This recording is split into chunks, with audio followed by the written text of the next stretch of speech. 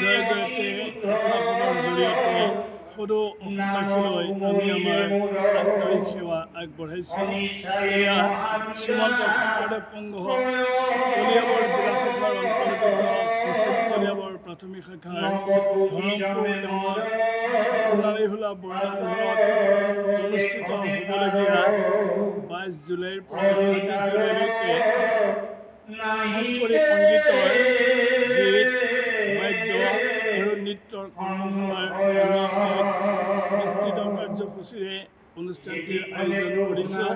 উঠি অহা প্ৰজন্মক গুৰুজনাৰ সংস্কৃতিৰাজিক শুদ্ধ ৰূপত ব্যাকৰণসন্মতভাৱে চিন্তা চৰ্চাৰ মাধ্যমেদি পৰিশীলিত ৰূপত তেওঁলোকক আমি চিনাকি কৰাই বিশ্বৰ দৰবাৰত এই গুৰুজনাৰ সৃষ্টি আগবঢ়াই নিবৰ বাবে পশ্চিম কলিয়াবৰ প্ৰাথমিক শাখাৰ ব্যৱস্থাপনাত শংকৰী সংস্কৃতি বিকাশ কেন্দ্ৰৰ উদ্যোগত এই স্থানতে বিস্তৃত কাৰ্যসূচীৰে কৰ্মশালাৰ আয়োজন কৰিছোঁ। আমি আপোনালোকৰ জৰিয়তে সমূহ কলিয়াবৰবাসীলৈ আমাৰ আহ্বান, ইয়াত অনুষ্ঠিত হ'বলগীয়া এই কৰ্মশালালৈ প্ৰতিজন প্ৰশিক্ষাৰ্থী আহক, আমি আন্তৰিকতাৰে কামনা কৰিছোঁ।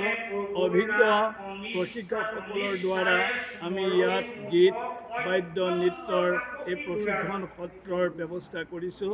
তেওঁলোকে ইয়াত প্ৰশিক্ষণ দিব। সকলোকে আমি আহ্বান জনাইছোঁ যে আহক, সকলোৱে প্ৰশিক্ষণ গ্ৰহণ কৰি কৃতাৰ্থ হওক।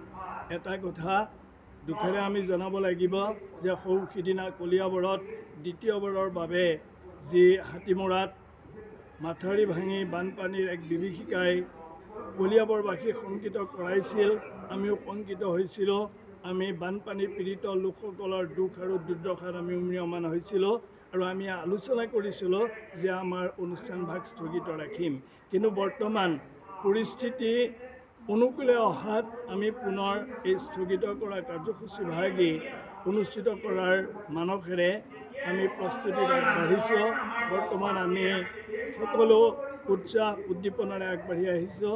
বিভিন্নজনে আৰ্থিকভাৱে আমাক সহায় সহযোগ কৰিছে আৰু আপোনালোকেও সময়ে সময়ে এনেদৰে আমাৰ কাৰ্যসূচীসমূহ বিস্তৃত ৰূপত জনমানসত প্ৰচাৰ কৰাৰ বাবে আপোনালোকলৈও আমি আন্তৰিক কৃতজ্ঞতা জ্ঞাপন কৰিছোঁ। বিশেষ একো বক্তব্য নাৰাখোঁ।